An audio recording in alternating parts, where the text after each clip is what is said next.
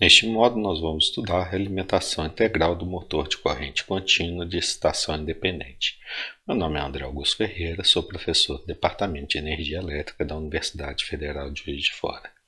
Nesta figura, nós temos aqui o controle em malha fechada do motor de corrente contínua utilizando uma realimentação integral. Nessa técnica, nós estamos pegando a integral do erro para gerar a ação de controle. Esse tipo de estratégia é bastante interessante quando a gente quer erro de regime permanente nulo para um sistema do tipo zero. O equivalente linear para essa estratégia de controle é ilustrado nessa figura aqui, em que aqui a comparação entre o meu valor medido e o meu valor de referência está feita aqui de uma forma genérica. A minha integral do erro, que é exercida pelo meu controlador, está aqui. Ele vai me gerar aqui a minha razão cíclica para o meu sistema. Para o modelo aqui do meu conversor, eu vou ter todo esse bloco aqui, ó. Aqui a minha razão cíclica, ela é condicionada até ao valor unitário. O meu índice modulação corresponde ao índice modulação aqui do meu interruptor junto com a minha fonte aqui, que é a minha tensão VCC.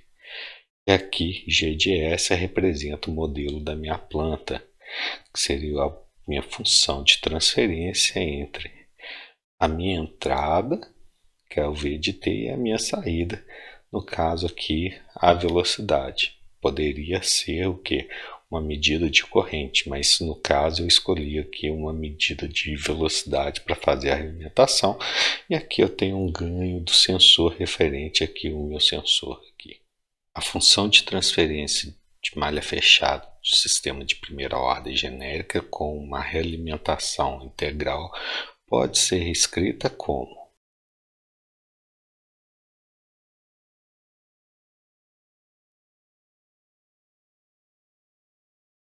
bom, considerando uma entrada igual ao degrau unitário, a minha saída em regime permanente aplicando o teorema do valor final pode ser escrita como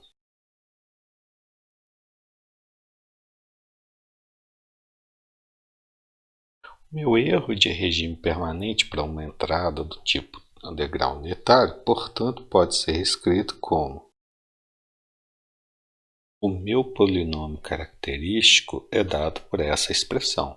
Portanto, aplicando o critério de Raoult, eu posso escrever que o critério de Raoult, esse primeiro elemento é o T aqui, esse próximo elemento é o KI vezes o K aqui. Na próxima linha, que é S elevado a 1, é o coeficiente daqui. O próximo termo, como não tem, é nulo. Portanto, aplicando para esse elemento aqui da linha S elevado a 0, a gente vai ter menos o determinante dessa matriz dividido por esse elemento aqui. Isso vai dar o próprio KI vezes K.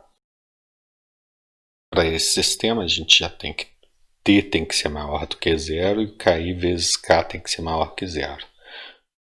Como esses aqui são parâmetros da planta, o que eu tenho que ter é KI maior do que 0. Olhando pelo critério de Raoult, todos os elementos dessa coluna têm que ser maior do que 0. Como T é a minha constante de tempo, ela já é maior do que 0. K é o ganho da minha planta, também eu vou considerar que é maior do que 0. Portanto, a condição para que o sistema seja estável é KI ser maior do que 0. Eu posso expressar aqui, através da forma padrão, essa minha função de transferência aqui para obter os valores do coeficiente de amortecimento, da frequência natural.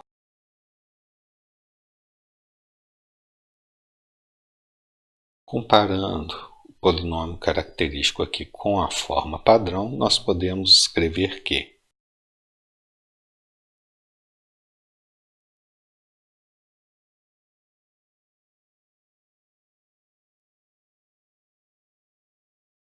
essa análise a gente pode pegar aqui. Quanto maior o valor de KI, maior vai ser a frequência natural não amortecida. Quanto maior a constante de tempo, menor vai ser o meu fator de amortecimento exponencial, ou seja, mais rápida vai ser a minha resposta transitória. Quanto maior o valor de KI, maior vai ser a minha constante de amortecimento. Na análise do lugar das raízes desse meu sistema com o meu controlador, que inclui aqui um polo na origem, eu vou observar que agora o meu lugar das raízes vai fazer com que o meu polo vá em malha fechada deslocar aqui da origem e dessa região aqui do menos 1 sobre t em direção aqui ao menos 1 sobre 2t, e quando ele fizer isso daqui, ele chegar aqui, ele vai ficar criticamente amortecido para ficar o quê? Um sistema subamortecido. Se eu observar o diagrama de Bode, no sistema anterior, o que eu tinha? Bom, eu tinha lá na minha frequência de quina, que ele começava a cair menos 20 dB por década. Só que agora, o que eu tenho? Bom, eu tenho que eu adicionei um polo na origem. Isso ele vai me dar um gráfico com menos 20 dB. Portanto, ele vai somar esse gráfico e vai o que? Deslocar aquele outro gráfico com aquela reta de menos 20 dB por década. Portanto, é simplesmente aquele gráfico que eu tinha antes, só que agora com um deslocamento que eu tenho aqui, portanto, vai formar esse gráfico aqui. E se eu observar a fase, o que aconteceu? Bom, a fase ela variava de 0 até menos 90 graus em 2 décadas. Só que agora, como eu adicionei um polo na origem, ele vai variar de menos 90 a menos 180, já que o polo na origem ele me dá um ângulo de fase de menos 90 graus. Se eu aumentar o meu ganho K, o que vai acontecer é, ele vai deslocar aqui para cima. Aquele meu ganho KI, ele vai causar exatamente isso daqui, ó. O efeito desse deslocamento aqui está na frequência de cruzamento com 0 dB. E isso implica o quê? Bom, implica na minha margem de fase. Nota que a minha margem de fase está diminuindo. A minha margem de fase está intrinsecamente relacionada com o quê? Com o coeficiente de amortecimento. Se o meu sistema for subamortecido, eu vou verificar que quanto maior esse ganho, menor vai ser a margem de fase e mais subamortecido o meu sistema se torna. Ou seja, esse ângulo aqui, que é o ângulo θ, ele vai se tornando o quê? Cada vez menor, já que o coeficiente de amortecimento é igual ao seno do ângulo. E essa frequência, que é o ômega-n, que tem a ver aqui com o joelho dessa curva, ela está acontecendo o quê? Bom, ela está o quê? Ela está aumentando essa frequência ômega-n. Se essa frequência ômega-n está aumentando, o meu sistema está se tornando o quê? Mais rápido. A minha resposta está se tornando mais rápida conforme eu aumento o ganho KI. Além do mais, está reduzindo o amortecimento, ou seja, eu estou aumentando sobre sinal. Isso eu posso ver tanto pelo meu gráfico do lugar das raízes, que meus polos de malha fechada vão se deslocando de acordo com esse posicionamento aqui, quanto posso observar pelo meu diagrama de Bode. A minha margem de ganho, bom, a minha margem de ganho continua sendo o que? Infinito, porque ele não toca os 180. Isso aqui é uma assíntota em relação aos 180 graus. Portanto, é um sistema que vai ser sempre estável. Eu posso ver a estabilidade tanto a partir do diagrama de Bode, em que a margem de ganho e a margem de fase são sempre positivas, quanto aqui pelo lugar das raízes. Então, se eu observar a minha resposta transitória para essa posição aqui dos meus polos, bom, vai ser um sistema super amortecido. Então, vai ser uma resposta aqui assim. Quando ele estiver nessa posição aqui, ele vai ser criticamente amortecido. E nota que os meus polos vão se deslocando para cá. Ou seja, a minha resposta transitória vai ficando o quê? Mais rápida. Portanto, meu sistema, ele vai ficando com uma resposta mais rápida aqui. E aí, quando ele chega aqui, ele fica criticamente amortecido. E depois ele começa a ficar o quê? Subamortecido. Aí ele vai exibir uma resposta com um sobressinal aqui. A minha análise para Next, para esse sistema, ela é um pouco mais complexa. Por quê? Porque agora eu tenho aqui um polo da origem. A minha região de contorno, ela continua sendo todo semiplano direito, só que ela tem uma região especial, que é aqui próximo do zero aqui. Nota que nessa região aqui, ó, o que acontece é, eu vou considerar aqui esse deslocamento em torno da origem. Então, se eu for fazer a análise do diagrama de Next, eu vou fazer aqui, ó, de 0 mais até j mais infinito aqui.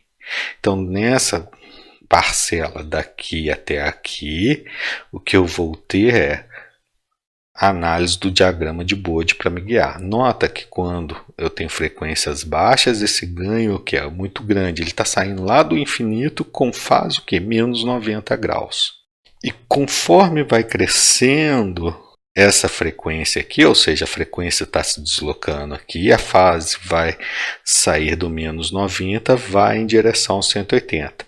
Quando ele estiver lá próximo do 180, é praticamente o que? Nulo. Por quê? Porque caiu muito ganho. Então, se eu observar o diagrama de Next, é essa parte aqui dessa curva. Ele está caindo aqui, chegando próximo ao 180, ou seja, chegando próximo aqui ao eixo real. Quando ele faz essa região de contorno no infinito, ele está aqui, aonde? Ele está aqui na origem. Agora, notem que quando ele parte de menos j infinito até j0 menos, ele vai fazer exatamente esse movimento aqui, no meu diagrama de Next. O grande problema que eu tenho para esse tipo de análise é em torno, o quê?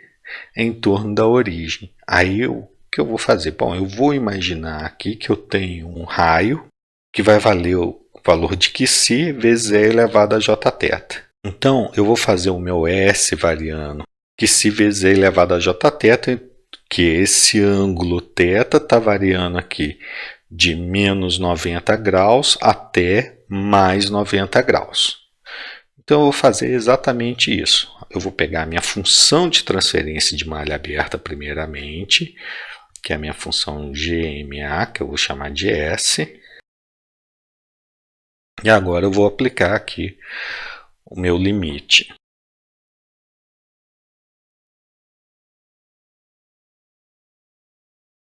O epsilon vezes o t vezes e elevado a jθ é um número muito menor do que o valor unitário. Portanto, essa soma que eu vou considerar que dá o valor unitário.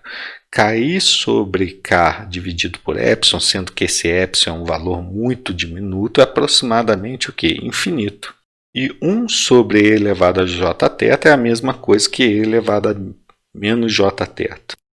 Portanto, essa análise me revela o quê? Eu vou ter um raio infinito com fase E elevado a menos jθ.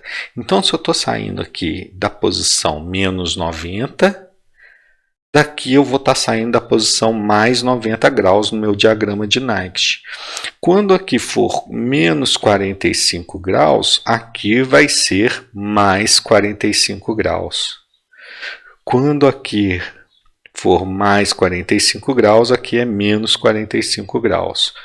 E quando aqui for mais 90 graus, aqui vai ser o quê? Menos 90 graus. Portanto, o meu raio no infinito vai ser esse daqui. E agora eu posso fazer a minha análise do diagrama de Next. A minha região de contorno envolve o quê? 0 polos no semiplano direito. Portanto, o meu P é igual ao quê? A 0. O número de envolvimentos do menos 1, essa minha região aqui, é o quê? É nulo. E isso independente do valor do ganho cair. Ele pode crescer, ele só vai o quê? Engordar essa curva aqui. Mas ele nunca vai pegar o -1. Portanto, meu sistema é sempre o quê? É sempre estável, já que o meu n igual a zero, o meu p igual a zero, portanto, o meu z, que seria a quantidade de raízes no semiplano direito do meu sistema de malha fechado, vai ser sempre nulo. Portanto, vai ser um sistema o quê? Sempre estável, independente do valor de cair. E nota que essa informação ela está em conformidade com a minha análise do lugar das raízes, que eu tinha aqui o lugar das raízes, que eu posso crescer ou ganho cair, que no meu sistema nunca vai ficar instável, quanto pela análise pelo meu diagrama de Bodin, que eu posso crescer o valor de ganho cair, que a minha margem de ganho sempre vai ser positiva e minha margem de fase também vai ser positiva, quanto agora aqui pelo meu diagrama de Naict, que eu posso crescer o valor do meu ganho cair, que o meu número de envolvimentos é nulo, o meu valor de polos no semiplano direito é igual a zero, portanto, meu z, que seria minhas raízes instáveis, também é nula. Então, a gente conclui que esse sistema é um sistema bastante estável. Para estudar a realimentação integral do meu sistema, eu vou utilizar aqui esse diagrama de blocos que sintetiza o meu sistema. Nota que aqui eu tenho o quê? Uma realimentação negativa, aqui é o meu controlador, ganho cair sobre S, aqui é a minha ação de controle, que é uma razão cíclica D, aqui eu tenho uma limitação dessa razão cíclica entre 0 e 1, e aqui eu tenho o ganho que? O ganho lá do meu conversor, que é 2D menos 1, só que eu já incorporei aqui no ganho K o VCC dele. Portanto, esse aqui é aquele meu índice de modulação M lá do meu sistema real. E aqui eu tenho a minha planta. O meu problema aqui é esse índice de modulação aqui, eu tenho que retirar ele. Eu vou escolher um ponto para o meu projeto. Com isso, esse meu sistema aqui, como eu vou trabalhar ele sem saturar, eu vou admitir que esse meu sistema aqui agora vai ser representado por esse sistema aqui simplificado. Então, o meu projeto de controle, ou seja, o quanto que vai valer o KI, eu vou estudar a partir o quê? Eu vou estudar a partir desse sistema simplificado para um valor específico de M. Aqui a gente tem o nosso programa em Python, a gente vai repetir a mesma coisa que a gente tinha lá. Vamos ter que executar a instalação da biblioteca de controle. Depois que ele faz a instalação da biblioteca de controle, eu posso incluir as bibliotecas do meu programa. Em seguida, eu declaro as minhas variáveis aqui, a minha constante de tempo, meu ganho K aqui também. E aqui é a minha função de transferência, que é a minha G, que é o meu sistema de primeira ordem, e do meu controlador, que é 1 sobre S. Nesta seção de código aqui, eu vou fazer uma análise de sensibilidade, ou também conhecida como pior caso. Para que eu vou fazer essa análise de sensibilidade? Para determinar qual que é o valor de M apropriado para o projeto do meu sistema. A minha função de transferência de malha aberta, o G da minha planta, que eu já defini previamente, vezes o meu controlador ali. A minha função de transferência, portanto, é essa. E eu vou testar para diversos valores de M. M igual a 0,6, 0,8 e 1. Portanto, eu vou aqui ilustrar o diagrama de Bode para essas diferentes configurações aqui. Então, rodando o código, o que eu vou observar? Bom, o que eu vou observar é isso daqui, ó, que para um M igual a 0,6 eu tenho essa curva azul. Todos eles, notem, tem a mesma região de fase aqui. Mas olha só, para um M igual a 0,8 é essa curva laranja e para 1.0 essa curva verde. O que diferencia a resposta deles aqui? Se eu pegar aqui no cruzamento com o 0, eu vou ver aqui um ângulo de fase. Esse ângulo de fase somado com 180 graus vai me dar a margem de fase.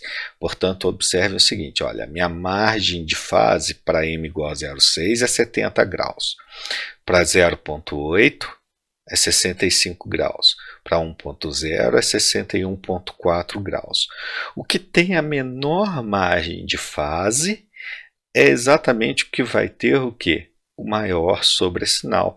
O meu coeficiente de amortecimento é aproximadamente o valor da margem de fase dividido por 100. Isso para quando a margem de fase está entre 70 e 30 graus. Se a minha margem de ganho aqui não fosse infinita, eu teria que analisar o pior caso com base na análise da margem de ganho. Portanto, nós vamos definir o M como 1.0, que é o pior caso, porque ele resulta na menor margem de fase para o meu sistema.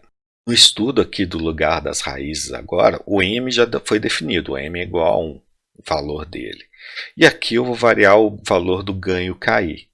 Esse estudo do valor aqui é o lugar das raízes do meu sistema. O que eu posso ver? Olha, conforme eu vou aumentando o ganho K, o que vai acontecer? Eu tenho um par de polos aqui. E eu tenho o meu polo, o primeiro polo, vai estar na origem, se eu considerar um valor de KI muito pequenininho lá. Então ele vai deslocando para cá, a minha resposta do meu sistema vai aumentando, e aí os meus polos deixam de estar no eixo real e começam a estar no eixo imaginário. Mas eles não estão exatamente sobre o eixo imaginário, eles têm uma parte real e uma parte imaginária. Os meus polos vêm caminhando da esquerda para a direita aqui, ó. Então isso quer dizer que a minha resposta transitória está ficando mais rápida.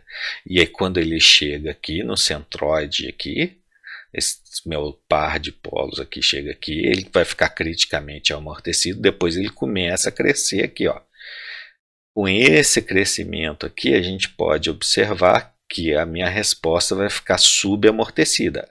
Aqui sobre o eixo real, ela está super amortecida, aqui vai ficar criticamente amortecida, depois ela começa a se deslocar para cá. Portanto, nota, eu estou variando ganhos de K aqui, desde 0,3 até 1 aqui, para ver qual o comportamento do meu sistema. Nota, aqui agora eu vou fazer o quê? O estudo de diagrama de Bode para aqueles valores de ganho KI que eu tinha lá do meu sistema. Portanto, se eu esboçar os gráficos aqui, ó, eu vou observar aqui o que acontece com o meu diagrama de Bode. O que eu vou observar é, quanto maior o valor de KI, o que acontece com o meu sistema? Eu vou diminuindo a margem de fase. E qual que seria uma margem de fase boa para esse meu controlador integral do meu sistema? Eu sei que uma margem de fase adequada está entre 70 e 30 graus, uma margem de fase adequada. Isso vai me dar um coeficiente de amortecimento entre 0,3 e 0,7. Mas como que eu escolho tendo esses parâmetros aqui? Aí o importante é eu olhar também a minha resposta transitória para o meu sistema. Então observa o seguinte, olha, eu já sei que o meu sistema com 0,3, a minha resposta, ela é o que? Super amortecida. Então, olha só, eu vejo daqui, ó, com 0,3, com 0,4, ela é super amortecida. Com 0,5, ela já ficou subamortecida. Eu já sei o que prever do meu sistema. Eu também posso fazer a análise de Nyquist para esse sistema. Nota, a minha análise de Nyquist aqui ela não fica completa. Por quê? Porque falta fechar a parte lá no infinito, lá fechando, conforme a gente já havia previsto. Mas nota, o meu sistema vai estar aqui, eu já sei que ela vai estar para esse lado de cá. Portanto, como o meu número de polos no semiplano direito é 0, e o número de envolvimentos também sempre vai ser nulo, esse sistema sempre vai ser estável, independente do valor de KI. Agora, olhando a resposta transitória do meu sistema, eu posso observar aqui o meu código, vou plotar aqui de 0 a 10 segundos no meu sistema e vou plotar a resposta transitória do meu sistema em malha fechada. Então, olhando para a resposta transitória do meu sistema, veja aqui, olha, se eu olhar para a resposta transitória, o ganho que eu escolheria certamente seria um 1.0, por quê? Porque é uma resposta bastante rápida e com um sobressinal que está inferior a 1.2. Então, é uma forte candidata aqui a 1.0. Mas nota, eu tenho a 0.5. Só que esse tipo de resposta transitória é interessante, mas eu tenho que olhar também para a minha ação de controle, porque eu desejo trabalhar com o meu sistema dentro da minha região linear. Então aqui eu vou observar como que é a minha ação de controle. Para a minha ação de controle, nota, eu tenho aqui no ramo direto C e no ramo de alimentação eu tenho G. Por quê? Porque eu estou olhando a resposta transitória da ação de controle. Então eu vou observar aqui, olha, que a gente vai ter um problema. Se o ganho for 1.0, eu vou ter o quê? Eu vou ter uma saturação da minha ação de controle. A minha ação de controle no sistema é a minha razão cíclica. Então não é adequado esse valor. Já aqui, se ela for 0.5, também vai ter uma saturação.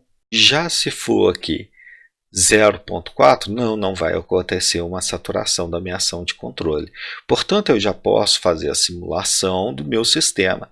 Essas curvas é importante eu saber também como fazer elas sem o apoio computacional, prever o que vão dar essas curvas. Porque muito importante observar que eu não consigo, por exemplo, fazer o quê? O raio no infinito aqui do meu sistema. A outra coisa é, o meu simulador não vai dar uma resposta errada, mas eu posso ter problemas na minha simulação por não ter configurado corretamente os parâmetros de simulação. Então eu preciso entender como fazer o que? Saber como que vai ser o gráfico de resposta em frequência, resposta no tempo para o meu sistema. Vou deixar sugerido esse curso de controle clássico do professor Hagi. É possível encontrar como que fazer a resposta transitória, construir o diagrama de Bode, construir o diagrama de Nyquist, o lugar das raízes. Então é um curso bem importante para quem está trabalhando com a parte de projetos de controle. Uma outra ferramenta computacional que nos auxilia na parte de estudo da realimentação com um controlador integral é o SysOtool do MATLAB. O SysOtool ele permite a gente verificar o que acontece simultaneamente no lugar das raízes, diagrama de Bode e resposta transitória. Aqui a gente tem o valor do ganho do controlador integral. Então a gente pode observar com esse valor baixíssimo aqui, a gente tem uma margem de fase de 90 graus aqui e a margem de ganho infinita. Então, olha só, eu vou começar a mexer, a margem de fase vai começar a alterar conforme eu aumento o ganho. Aí eu vou alterar aqui a posição do meu polo de malha fechada. Então já vejo aqui, já alterei aqui a posição aqui do valor do ganho, já foi para 0.9 ou 0.19 e eu vejo aqui, a margem de fase agora já está em 83 graus. Eu posso continuar aumentando aqui, chegar aqui em aproximadamente 0.3, eu já vejo que a minha resposta transitória está ficando mais rápida, a minha margem de fase está diminuindo. E a minha margem de ganho continua infinita. Vou aumentar mais o meu ganho aqui, aproximadamente 0.4. A minha resposta transitória ficou mais rápida, a minha margem de fase diminuiu um pouco mais. Se eu continuar aumentando, eu vou ver que eu vou colocar esse polo aqui, o meu sistema vai ficar o quê? Criticamente amortecido. Isso com o valor de ganho aqui, 0.403 aqui, meu sistema ficou criticamente amortecido, então essa daqui é a minha margem de fase, dá 63 46,3 graus. E agora, se eu continuar aumentando o ganho aqui, ó, agora eu já estou lá em 0,5 aproximadamente, em 0,5, diminuiu mais a margem de fase, resposta transitória mais rápida. Então eu posso ir observando o que vai acontecendo com a minha resposta transitória com o aumento do ganho K aqui. Então eu vou alterando o ganho K e vejo o que acontece, tanto em termos do lugar das raízes, quanto da minha diagrama de Bode, quanto da minha resposta transitória. Fazendo a simulação para esse sistema, mas também fazendo a mesma simulação para esse sistema, a gente vai poder comparar as respostas para esse meu sistema amplificado para o meu sistema aqui com de modulação e a saturação, a não linearidade aqui no sistema. Então eu vou comparar a resposta do Y com a resposta da tensão em RPM, vou comparar a minha razão Ψ com a resposta da minha ação de controle. Se eu observar aqui a minha saída, eu posso constatar que ela varia de 0,9 até 1 em aproximadamente 10 segundos aqui para em regime.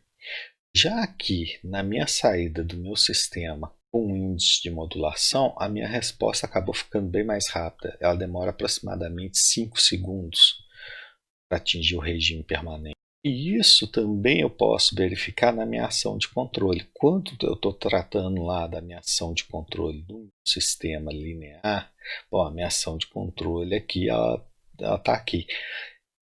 E no meu sistema, do meu modelo, ela é bem mais rápida aqui também, mas não saturou, e isso é uma coisa boa. Essas diferenças se devem ao quê? Se devem àquele índice de modulação não ser constante. No estudo da realimentação integral do sistema, eu ainda posso lançar mão desse meu modelo simplificado e do modelo com o índice de modulação e a saturação aqui da minha razão cíclica. Esse índice M aqui, que é o 2D-1, eu posso explorar ele melhor e tratá-lo assim.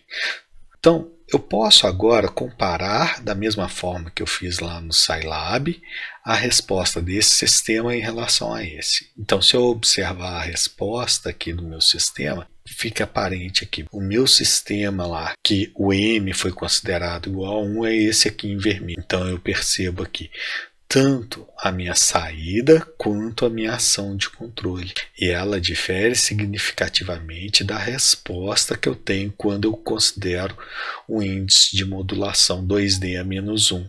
Nota que a minha razão cíclica também se altera aqui.